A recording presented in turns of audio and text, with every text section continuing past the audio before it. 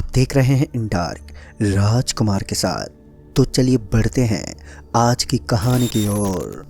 दोस्तों, मेरा नाम महेश है। मैंने अपनी ज़िंदगी में भूत प्रेत गतिविधियों को महसूस किया है। आज मैं आप सभी को मेरे साथ हुआ एक भयानक सफ़र बताने जा रहा हूँ।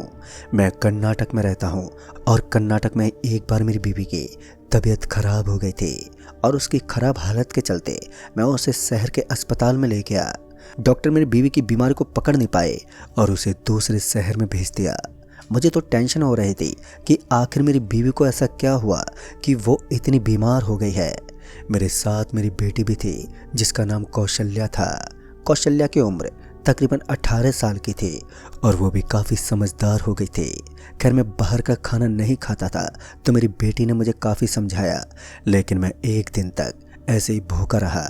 वो क्या था कि बाहर का खाना खाने से पता नहीं क्यों लेकिन मेरे पेट में अचानक ही दर्द होने लगता है और वो दर्द इतना भयानक होता है कि मैं उसे बर्दाश्त करने में असफल रहता हूँ। यानी कि मैं उस बहुत तेज़ दर्द को सह नहीं पाता और इसी डर के मारे मैंने आजकल बाहर का खाना छोड़ दिया था। उसके बाद हमें पता चला कि मेरी बीवी की तबीयत अब सुधार में है और वो धीरे धीरे होश में आ रही है, साथ ही अब वो खतरे से बाहर है। तब जाकर मुझे चैन की सांस मिली। तभी मेरी बेटी कौशल्या ने कहा, पापा, मम्मी की तबीयत तो थोड़ी बहुत ठीक हो गई है और उन्हें तो अस्पताल में भर्ती रखा जाएगा, और वैसे भी मम्मी के पास तो मामा आने ही वाले हैं, तो क्यों ना मम्मी को अस्पताल में छोड़कर हम दोनों घर चले जाएं और फिर खाना वाना खाने के बाद वापस लौट जाएंगे। मुझे भी कौशल्या की बात कहीं ना कहीं ठीक ही लगी, क्योंकि उसे भी मेरी फिक्र थी। क्योंकि मैं बाहर का खाना नहीं खाता था, इसलिए मैंने उसकी बात मान ली और फिर हम दोनों मेरे साले साहब के आते ही उस अस्पताल से निकल पड़े। जैसे ही हम दोनों अस्पताल से निकले थे तो हम इस बार इस रास्ते के बारे में नहीं जानते थे, क्योंकि रात होते ही मेरी आंखें धोखा खाने लगती। यानी कि रात में मैं रास्ते को भूल जाता था। लेकिन वो तो अच्छा था कि मेरे पास फ़ोन था और फ़ोन में मैप से हम किसी भी रास्ते को देख सकते हैं। तो मैंने गाड़ी में मैप चला लिया और फिर उस अस्पताल से निकल पड़े। मैं और मेरी बेटी कौशल्या अस्पताल से निकलते हुए आपस में बात ही कर रहे थे कि तभी कौशल्या ने कहा, पापा, आपको नहीं लगता कि आजकल हमारे घर में कुछ अजीब सा हो रहा है? कौशल्या की बात में दम तो था, क्योंकि पिछले 1-1.5 महीने से घर में हर किसी की तबीयत बिगड़ जाती है और हर बार पैसे खर्च होने का खतरा ही मंडराता रहता है। हम उस गुवाहाटी नाम के रास्ते को अभी पार ही कर रहे थे कि तभी कौशल्या ने आवाज़ देते हुए कहा, अरे पापा, वो लिफ्ट मांग रहा है। जब मैंने गाड़ी की विंडो से देखा तो मैं हैरान रह गया, क्योंकि इस सड़क के बगल में मुझे कोई भी नज़र ही नहीं आ रहा था। मैंने कौशल्या से कहा, बेटा, ये समय मजाक करने का नहीं है। लेकिन वो बार बार हट कर रही थी कि उसने अभी अभी सड़क के किनारे किसी को लिफ्ट मांगते देखा है और मुझे उसकी बातों पर बिल्कुल भी विश्वास नहीं हो रहा था। गाड़ी थोड़ी और आगे बढ़ी ही थी कि तभी अचानक ही मेरी गाड़ी के सामने कोई कुत्ता नजर आया और वो कुत्ता ना जाने कैसे लेकिन मेरी गाड़ी से टकरा गया और गाड़ी का टायर उसे कुचलते हुए आगे बढ़ गया। उस रास्ते के दोनों तरफ घनी झाड़ियाँ थी और लंबे लंबे पेड़ पौधे नजर आ रहे थे, इसलिए उस रास्ते में एक आम इंसान का डर जाना भी एक लाजमी सी बात थी। कौशल्या ने मुझे मुड़कर देखा तो पता चला कि वो कुत्ता सड़क से चिपक गया था। उसका खून पूरी सड़क पर फैला था, जिसे देखने से ही कौशल्या को उल्टी करने का मन होने लगा। किसी तरह मैंने कौशल्या को संभाला और उसे बताया कि सड़क पर ऐसी दुर्घटनाओं का होना एक आम बात है। और फिर इसी बीच मेरा ध्यान भटक गया और गाड़ी पक्की सड़क से नीचे उतर गई। गाड़ी के डिवाइडर को पार करके वो एक पेड़ से टकरा गई। गाड़ी की स्पीड इतनी थी कि पेड़ से टकराने के कारण गाड़ी में लगे एयर गुब्बारे एकदम से खुल गए और उस भीषण एक्सीडेंट में मेरी गाड़ी के अंदर लगे सेफ्टी गुब्बारों ने हमें बाल बाल बचा लिया। वरना इतना भयानक एक्सीडेंट होने के बाद ऐसा कैसे मुमकिन होता है कि कोई आदमी के शरीर पर खरोंच तक ना आए।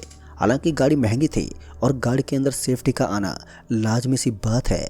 गाड़ी इतनी ज़्यादा टूट गई थी कि गाड़ी का ज़रा भी आगे बढ़ पाना लगभग नामुमकिन लग रहा था। तभी मैंने अपनी बेटी कौशल्या को संभाला तो मैंने देखा कि वो एकदम सही सलामत थी। फिर जब मैं गाड़ी से नीचे उतरा तो मैंने देखा कि गाड़ी का आगे वाला हिस्सा पेड़ से टकराने के कारण बहुत ही ज़्यादा डैमेज हो गया था, जिस वजह से मैंने गाड़ी को स्टार्ट करने की कोशिश तो की, लेकिन उसकी कंडीशन को देखकर ये साफ ज़ाहिर हो गया था कि अब गाड़ी आगे नहीं जा पाएगी। तभी मैंने अपनी बेटी कौशल्या को गाड़ी के पास रुकने को ही कहा, ताकि मैं इधर उधर जाकर ये देख पाऊंगा कि सड़क पर क्या कोई मदद करने वाला इंसान मिल सकता है। लेकिन कौशल्या की आंखों में इस सुनसान जगह पर रुकने का डर मुझे साफ साफ नजर आ रहा था, और उसे इस वीरान इलाके में अकेला छोड़ना भी बिल्कुल सही नहीं था। फिर मैंने तय किया कि मैं और कौशल्या हम दोनों एक साथ रहेंगे। फिर हम दोनों सड़क पर चले गए ताकि आने जाने वाले किसी मुसाफिर से मदद मांग सके। फिर कुछ देर तक हम किसी गाड़ी के गुजरने का इंतज़ार करने लगे, लेकिन हैरानी की बात तो ये थी कि यहाँ से किसी भी गाड़ी का गुजरना लगभग ना के बराबर था। अब तक यहाँ से एक भी गाड़ी नहीं गुजरी थी। फिर कुछ देर के बाद वो हुआ जिसका मुझे डर था। अचानक ही हल्की हल्की बूंदाबांदी होने लगी, और ऐसी हालत में हम रुके भी तो कहाँ रुके। अगर बारिश में भीगे तो बीमार होना तय था। मैं अपनी बेटी कौशल्या को लेकर एक पेड़ के नीचे चला गया और वहाँ पर किसी गाड़ी के गुजरने का इंतज़ार करने लगा। फिर थोड़ी देर के बाद कोई गाड़ी तो नज़र ही नहीं आई, लेकिन वहाँ से थोड़ा सा आगे एक मकान दिखाई दे रहा था। बीच जंगल में एक मकान का मिलना थोड़ा अजीब तो था, लेकिन मुझे लगा कि वहाँ से सुझाव लेना ही सही होगा। इसलिए मैं और मेरी बेटी कौशल्या हम दोनों उस छोटे से घर के पास गए और दरवाज़ा खटखटाने लगे। जैसे ही हमने दरवाजे को खटखटाया तो वो दरवाज़ा एकदम से खुल गया। अंदर हमें कोई नज़र ही नहीं आ रहा था, और इसी बीच हमारे पीछे से किसी ने आवाज़ दी, भाई साहब कोई काम था क्या आपको?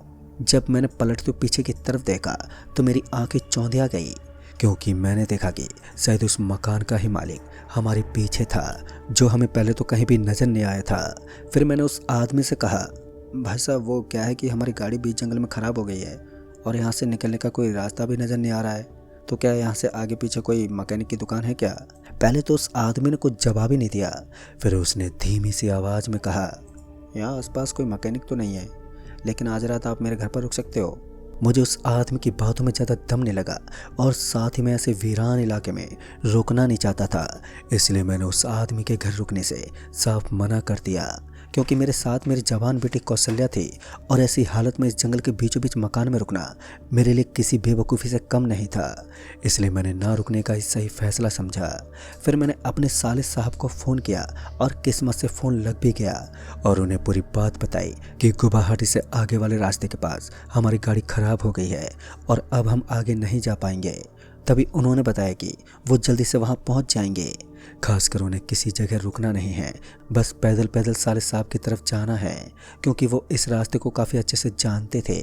उनका आना जाना लगा ही रहता था। फिर मैंने अपने साले साहब की बात मानी और कौशल्या का हाथ पकड़कर उस मकान मालिक को नमस्ते कहकर वहाँ से निकलने लगा। अभी मैं वहाँ से निकल ही रहा था कि उस आदमी ने कहा, तुम जानते नहीं हो कि मैं कौन हूँ। मैंने उसकी बातों पर ध्यान ही नहीं दिया और चुपचाप कौशल्या के साथ सड़क पर चलने लगा। अभी मैं थोड़ा आगे आया ही था कि मेरी नज़र उस कुत्ते पर पड़ी जिसने मेरी गाड़ी को कुचल दिया था। दरअसल वो कुत्ता अब अचानक ही सड़क से खड़ा होने लगा। उसके बिखरे हुए मांस के टुकड़े भी अब गायब हो चुके थे, और वो सड़क से उठकर अपनी डरावनी नज़रों से मुझे देखने लगा। उस कुत्ते के पीछे पीछे मुझे एक 6 फुट की लंबी कद काठी का आदमी भी नजर आया। हालांकि वह मुझसे थोड़ा दूर था तो मैं उसको ठीक से देख नहीं पाया। ऐसा लग रहा था मानो मैंने इस आदमी के चेहरे को पहले भी कहीं देखा था। फिर जब मैं उसके और पास गया तो मैंने देखा कि ये तो वही आदमी था जो कुछ देर पहले अपने मकान में मुझे रुकने को बोल रहा था। उस आदमी को देखते ही कौशल्या डर से एकदम से कांपने लगी।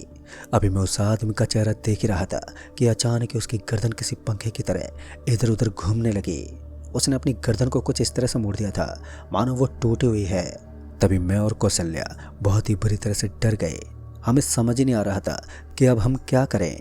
इसी बीच वो कुत्ता भी हमारी तरफ भौंकने लगा, और साथ ही उस आदमी ने अपने पैरों को मेरी तरफ बढ़ाना शुरू कर दिया।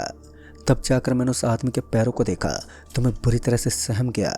दरअसल उस आदमी के पैर पीछे की तरफ मुड़े हुए थे, और वो कुत्ता भी हवा में उठा हुआ था। मुझे समझते ज़्यादा टाइम नहीं लगा कि अब यहाँ से भागना ही ठीक होगा। मैंने अपने कदमों को पीछे मोड़ा और कौशल्या का हाथ पकड़कर वहाँ से सरपट भागने लगा। फिर हम दोनों जब उस मकान के पीछे की तरफ भाग रहे थे तो हमें ऐसा लग रहा था मानो हम खतरे में फंस रहे हैं, क्योंकि आगे आगे तो रास्ता और भी भयानक और डरावना महसूस हो रहा था। ज़्यादा भागने की वजह से कौशल्या की हालत और भी खराब होने लगी। उसकी सांसें उखड़ रही थी, इसलिए हम दोनों सड़क के किनारे थम गए और वहीं पर पीछे मुड़कर देखने लगे। तो अब तो हमारे पीछे भी कोई नज़र नहीं आ रहा था, इसलिए हम दोनों वहीं सड़क के किनारे थमे रहे। ऊपर से बारिश भी अभी तक चालू थी। हल्की हल्की बारिश होने के कारण ज़्यादा दिक्कत तो नहीं हो रही थी, लेकिन पूरे कपड़े ज़रूर भीग गए थे। जैसे हम दोनों सड़क के किनारे थमे हुए थे तो पता नहीं क्यों, लेकिन 2-3 पल के बाद वहाँ एकदम से हवा आने लगी, जैसे अब कुछ होने वाला है। फिर पता नहीं कहाँ से, लेकिन एक कुत्ता हमारे सामने आकर ज़ोर ज़ोर से भौंकने लगा, मानो हमने उस कुत्ते का कुछ बिगाड़ दिया हो। तभी मैंने एक पत्थर उठाया और उसकी तरफ फेंक दिया। पत्थर फेंकने के बावजूद भी उस कुत्ते पर कोई असर ही नहीं हुआ, मानो ये कुत्ता इंसानों का मांस खाने वाला हो। मैं और कौशल्या दोनों को ही उस कुत्ते से डर लग रहा था, इसलिए हम दोनों ने एक दूसरे के हाथ कसकर पकड़ रखे थे। फिर कुछ ऐसा हुआ जिसके बारे में हम दोनों ने कभी सोचा तक नहीं था। दरअसल उस कुत्ते के पीछे से एक बहुत तेज रोशनी चमकने लगी और उस रोशनी की चमक से मेरे और कौशल्या दोनों की आंखें झपक रही थी। ऐसा लग रहा था मानो वो रोशनी हमको फाड़ देगी। जैसे जैसे रोशनी कम हो रही थी तो वैसे वैसे मुझे एक आदमी भी नज़र आ रहा था, जिसके हाथ में लोहे की एक रॉड थी जो खून से सनी हुई थी। वास्तव में ये वही बंदा था जिसने हमें अपने मकान में रुकने को बोला था। मैं इसकी भावनाओं को पहले ही समझ गया था कि आखिर हमसे ये क्या चाहता है। अपनी जान बचाने के लिए मैं पीछे पलट गया और अपनी बेटी कौशल्या के साथ वहाँ से भागने लगा। लेकिन आज मेरी सारी कोशिशें नाकाम हो रही थी। बार बार वही आदमी अपना बदनाम चेहरा लेकर मेरे सामने आ जाता। मैं और कौशल्या इतनी बुरी तरह से डर गए थे कि हमें समझ नहीं आ रहा था कि हम करें तो करें क्या। तभी कौशल्या ने देखा कि सामने सड़क की तरफ से एक गाड़ी आ रही थी। कौशल्या सड़क पर खड़ी हुई और उस गाड़ी को रुकवाने की कोशिश करने लगी। गाड़ी हमारे पास आकर रुकी तो हमने देखा कि ये हमारे साले साहब ही थे। जैसे वो हमारे पास पहुंचे तो मैं और कौशल्या गाड़ी का दरवाज़ा खोलकर झट से गाड़ी के अंदर बैठ गए और फिर हमारी गाड़ी तुरंत ही वहाँ से निकल गई। उसके बाद मैंने पीछे मुड़कर नहीं देखा और फिर हम घर पहुँच गए। घर पहुँचकर साले साहब ने बताया कि मेरी वाइफ के पास तो उनकी बीवी या कौशल्या की मामी है। तब जाकर मुझे राहत मिली और उसके बाद साले साहब ने बताया कि उस रोड के ऊपर काफ़ी सालों पहले एक आदमी अपने बहुत ही प्यारे से कुत्ते के साथ रहता था, लेकिन जब प्यार हद से ज़्यादा बढ़ जाता है तो उसका खात्मा भी बहुत भयानक होता है। ऐसा ही उस आदमी के साथ हुआ। एक दिन किसी गाड़ी वाले ने उस कुत्ते को टक्कर मार दी और उसके बाद वो कुत्ता वहीं तड़प तड़प कर मर गया। उसके मरने के बाद वो आदमी भी अकेले अपनी ज़िंदगी को जी नहीं पाया और ज़्यादा प्यार होने के कारण एक दिन वो भी चल बसा। लेकिन दोस्तों उस दिन के बाद उस आदमी ने अपना बदला लेना शुरू कर दिया और आज वो रात में गुजरने वाले गाड़ी वालों को मारने की कोशिश करता है, जो उस कुत्ते को कुचल देता है। तो दोस्तों इस कहानी में बस इतना ही। कहानी आपको पसंद आई हो तो वीडियो को लाइक शेयर ज़रूर कर दें और साथ ही हमें नीचे कमेंट बॉक्स में ज़रूर बताएं। तो मैं आपका दोस्त राजकुमार जल्द ही मिलूँगा ऐसे एक और नई कहानी के साथ। तब तक के लिए बाय एंड टेक केयर।